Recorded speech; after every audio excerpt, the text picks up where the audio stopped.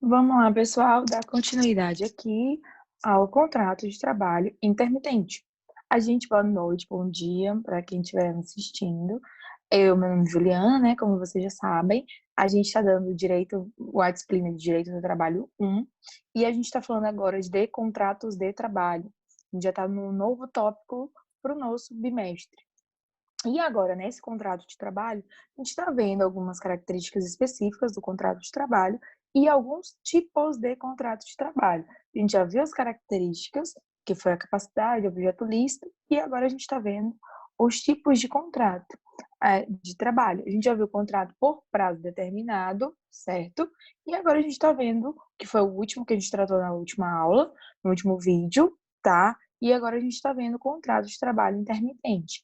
E verifiquem também, pessoal, fiquem atentos, que os vídeos estão nomeados pelo número da aula e a parte. Essa aqui é a aula 4, parte 2. Então, a gente tem uma continuidade.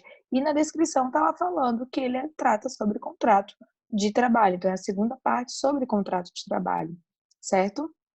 Então, a gente está falando agora sobre contrato de trabalho intermitente. Esse contrato de trabalho intermitente, o que é o contrato de trabalho intermitente? Que figura é essa de contrato de trabalho?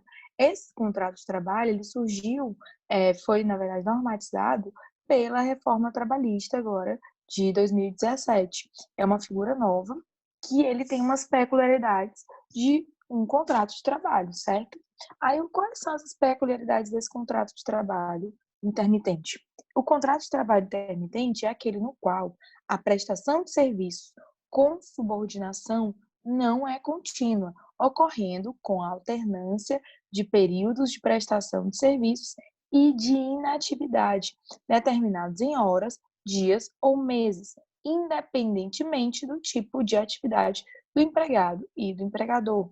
Então, a gente tem uma prestação de serviços subordinada e não contínua, ocorrendo com a alternância de períodos de prestação de serviços e de inatividade. A gente vai ver a seguir o que seriam esses períodos de inatividade e como é que ocorrem, como é que podem ocorrer esses trabalhos intermitentes.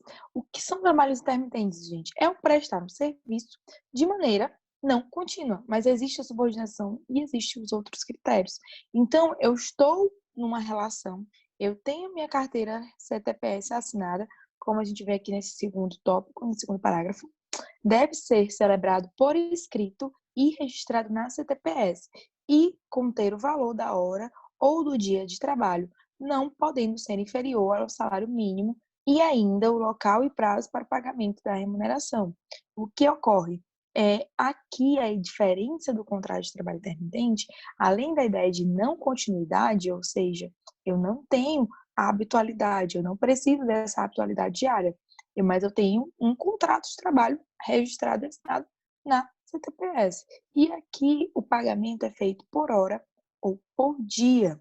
Aqui o trabalhador, o empregado, ele está o trabalhador, no caso, ele está trabalhando por hora ou por dia. São aqueles freelancers, aqueles trabalhadores, aqueles garçons que não trabalham no diário, eles têm uma outra jornada, trabalham em outros lugares e às vezes passam meses sem ir naquele estabelecimento. E quando necessário, quando o empregador, a empresa, né, a tomadora de serviço, o chama, ele vai lá e trabalha. Mas assim mesmo, ele tem que ter registro na CTPS, esse trabalhador intermitente. E ele não pode receber um salário inferior ao salário mínimo. Mas há divergências nesse tópico. Por quê? Porque a pessoa ela vai receber por hora. Então não precisa, não é obrigatório que ela receba um salário mínimo nessa porcentagem de horas. Ela tem que respeitar o limite legal, que é o constitucional de 44 horas semanais e 8 horas até 8 horas diárias, né, podendo fazer hora extra, mas a ideia aqui é ela receber pela hora de trabalho dela. Ela vai receber aquilo que ela trabalhou, aquilo que ela produziu. E ainda o local e prazo para pagamento da remuneração. Então, eu tenho que saber onde é que ela está trabalhando, qual é o prazo de pagamento. Vai ser por dia, vai ser quinzenal. Como é que vai ser essa forma de pagamento desse trabalhador intermitente? Então, o que é o trabalho intermitente? Trabalho intermitente é uma prestação de serviço com subordinação não contínua em que o trabalhador é pago por horas ou por dias e ele tem a ideia de inatividade. Ele está com a carteira registrada, mas ele não presta aquele serviço continuamente. Ele não presta uma habitualidade de serviço. O contrato dele fica lá ativo, mas ele só vai prestar o serviço se a tomadora de serviço, se o empregador dele for solicitá-lo para ir trabalhar. Aí, onde é que está previsto o trabalhador intermitente, o contrato de trabalho intermitente? Está previsto agora na CLT, certo? Nos artigos 452A a 452H da CLT. É lá que está previsto o trabalho intermitente. Por isso que eu digo, abram as suas CTPS, sua CLT. Abram sua CLT, verifiquem, acompanhem esses artigos que a gente está falando. É melhor, é mais fácil de compreensão. Você lê o artigo e, ao mesmo tempo, você vem aqui para a explicação, vem para o que está sendo definido naquele artigo, né, explicado ponto a ponto. Então, melhora a sua compreensão, certo? E o que seria esse período de inatividade que a gente falou agora há pouco, que configura esse contrato como de trabalho intermitente? Um período de inatividade é o intervalo temporal distinto daquele para o qual o empregado intermitente haja sido convocado e tenha prestado serviços, sendo que o período de inatividade não será considerado como tempo à disposição do empregador e não será remunerado. Ou seja, eu tenho um trabalho, meu contrato está lá, ativo, só que eu não estou trabalhando ativamente para o trabalhador. Nesse período que o empregador não solicita os meus serviços, o meu contrato está inativo, não é suspenso, ele está inativo. E esse período de inatividade não terá remuneração. Eu não considero como tempo à disposição do empregador, então se eu não estou à disposição dele, ele não tem por que me pagar um salário. E ele fica inativo quando? Quando esse meu empregador não solicita mais esse meu serviço, não necessita. E ele, quando for necessitar, ele vai solicitar, ele vai me chamar. Então, período de inatividade é o período que eu trabalhei e agora eu fiquei esperando, não há mais trabalho, o empregador me manda ir procurar, não é nem procurar outros empregos, o empregador fala que não precisa daqueles meus serviços, mas eu ainda estou vinculada a ele, lógico que eu tenho esse CTPS, e eu peço, e o empregador vai e fica esse período inativo de contrato. Esse período que eu não passo trabalhando para o empregador é um período de inatividade. Aí, quando o empregador necessitar dos meus serviços, ele vai e me convoca. Então, é esse que é o período de inatividade. É um intervalo temporal distinto daquele para o qual o empregado intermitente, haja sido convocado e tenha prestado serviços. Eu tenho um contrato de 1 ano. Faz 1 ano que eu estou no contrato intermitente. E ele não tem fim, gente. É um contrato que preza pela continuidade. Ele não tem aqui a ideia, ó, não contínua é a prestação de serviços, mas o empregado e o empregador estão sempre vinculados. Ele tem uma relação. O que não acontece é a prestação do serviço. Então, aqui, eu tenho um contrato que eu trabalhei 3 meses seguidos para esse empregador. O empregador fala que agora não precisa mais dos meus serviços e me dispensa por esse período, mas eu ainda tenho o vínculo dele. Então, o empregador vai e eu passo 2, 3 meses, 4, 5, sem ir a esse empregador, porque ele não me convocou.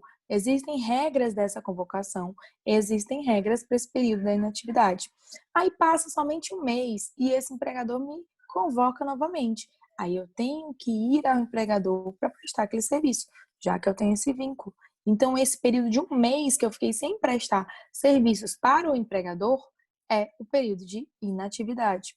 Aí, durante o período de inatividade, o empregado poderá prestar serviços de qualquer natureza a outros tomadores de serviço, que exerçam ou não a mesma atividade econômica, utilizando contrato de trabalho intermitente ou outra modalidade de contrato de trabalho, se aquele contrato for compatível, e quase todos os contratos de trabalho são compatíveis. Mesmo ele estando num contrato de prazo indeterminado, esse trabalho indeterminado ele não vai dar choque no outro, porque o contrato esse primeiro que ele fez intermitente está inativo. Então, não daria choque se ele ficou também contratado por tempo indeterminado. Então, durante esse período de inatividade, o trabalhador intermitente pode muito bem trabalhar para outras pessoas sem problema nenhum.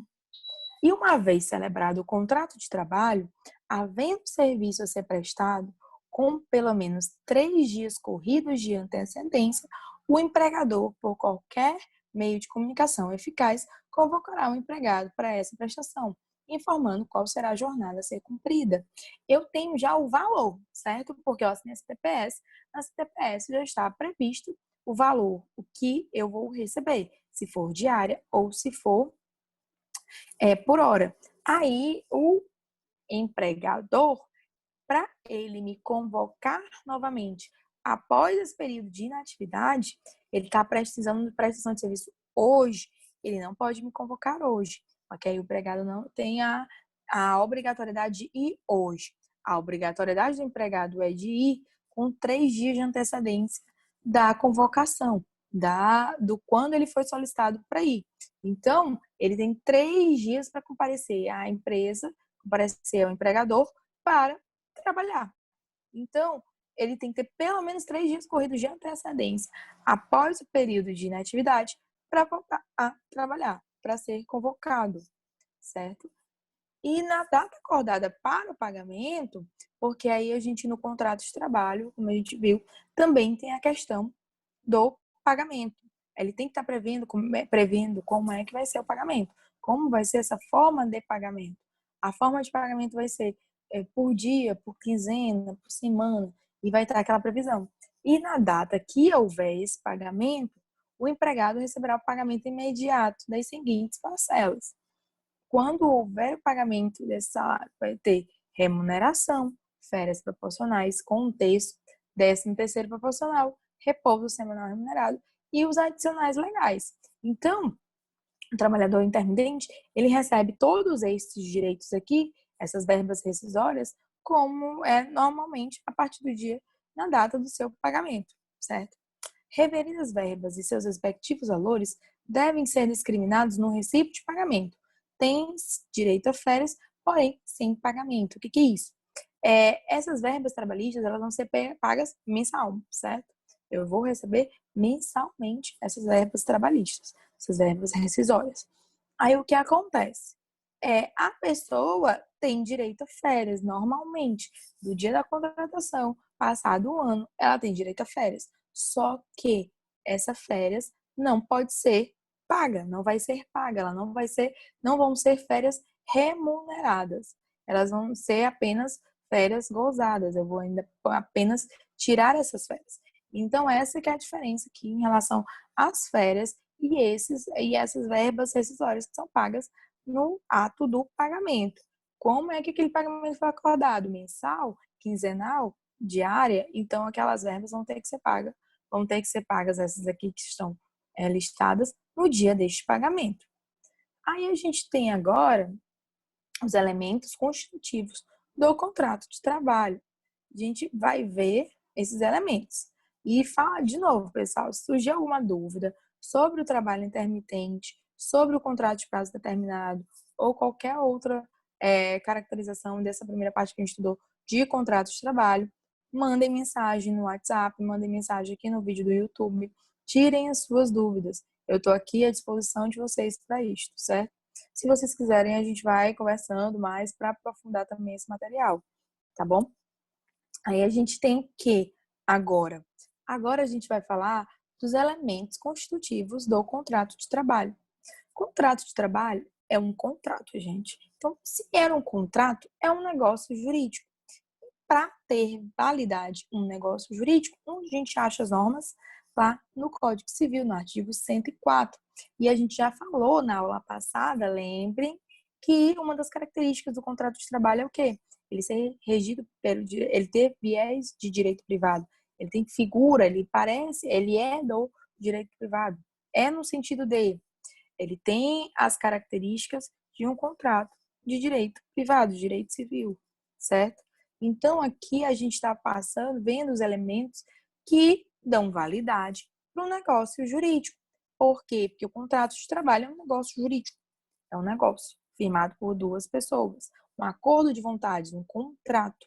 E esse contrato, para ter validade, ele tem que ter requisitos, características, elementos. E esses elementos estão lá no Código Civil, no artigo 104.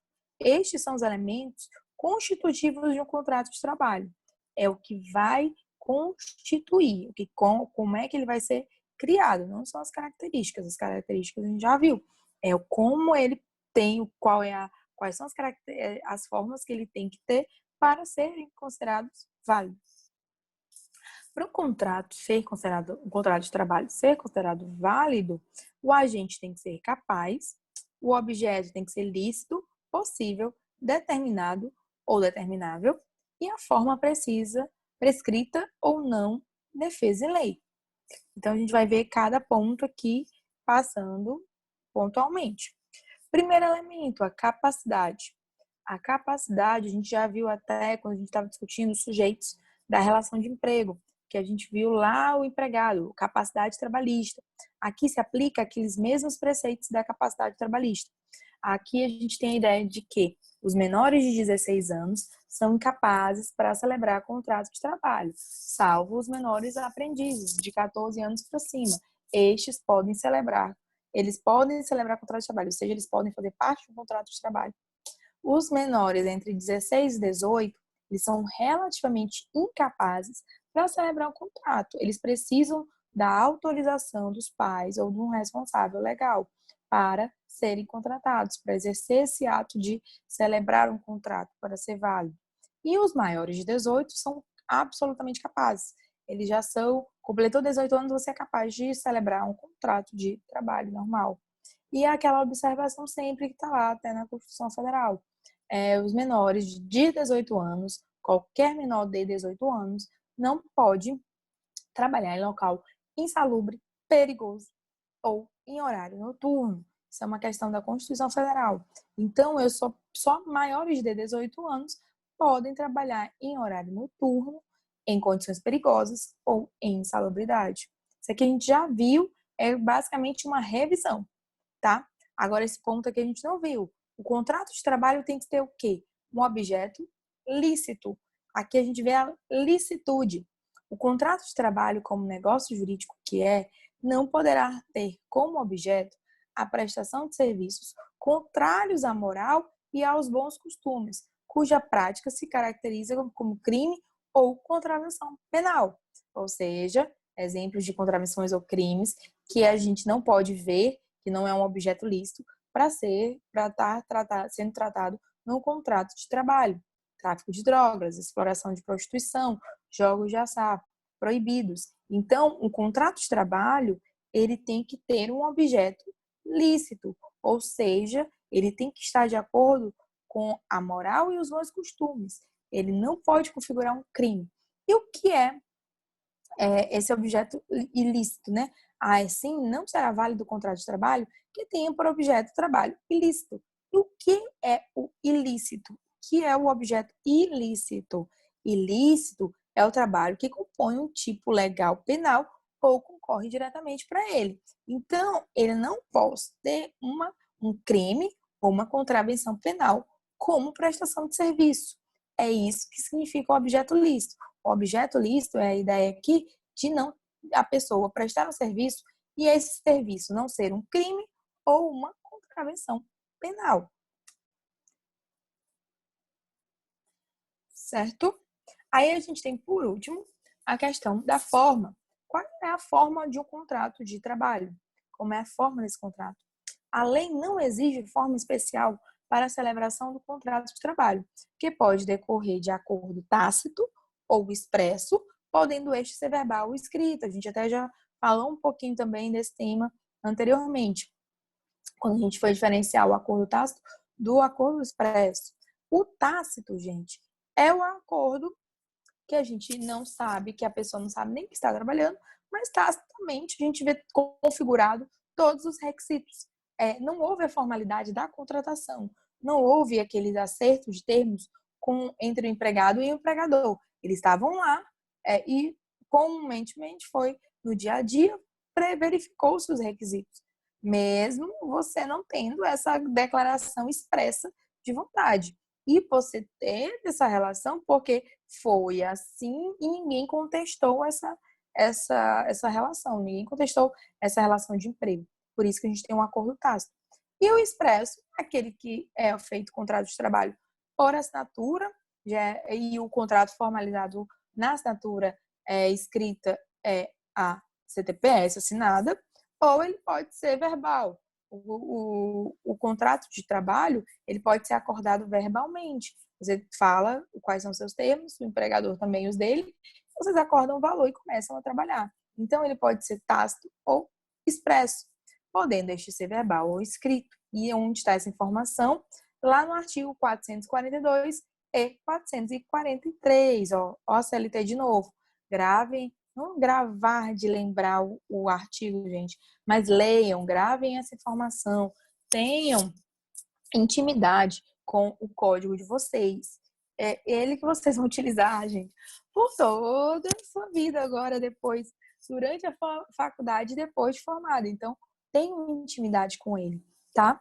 Questão decorrente da forma contrato de trabalho é a relativa à sua prova. Como eu vou provar que eu estou num contrato de trabalho se eu estou num acordo, por exemplo, tácito, ou então se eu estou num expresso verbal? O contrato de trabalho é, portanto, negócio jurídico não solene, consensual, o que faz com que sua comprovação possa é separado por qualquer meio de prova. Ou seja, gente, aqui lembrem-se da questão até caiu na nossa prova, princípio da primazia da realidade. Vale mais o que acontece, vale mais o que está na realidade do que o que está no papel ou daquilo que não está no papel, como, por exemplo, uma relação de emprego que nunca foi formalizada com a assinatura de uma CTPS. Então, aqui, o não solene, ou seja, eu não preciso de uma formalidade, eu não preciso desse contrato dessa CTPS ir para algum regimento, algum órgão federal, algum órgão público, ser assinada na frente de qualquer pessoa. Não tem essa formalidade. É um contrato não solene, sem essas particularidades. E, além de ser não solene, é consensual. São as duas partes que entram em acordo e fazem esse querer desse contrato, dessa situação, certo? E tem o quarto elemento desse essencial do contrato de trabalho, que seria qual? O consentimento válido.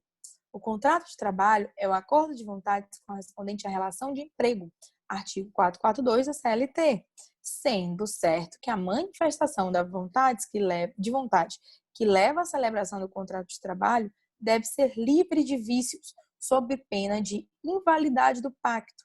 Ou seja, gente, eu estou falando de consentimento. Eu não posso ser forçado a concordar em trabalhar. Eu não posso ser obrigado e forçado a contratar alguém. O consentimento deve ser sem vícios. É, portanto, o requisito para a validade do contrato de trabalho. Eu não posso ter vício no meu consentimento. Eu não posso ter sido obrigado a trabalhar. Eu não posso ter sido obrigado a contratar. Então, aqui é um consentimento válido, que é um consentimento livre.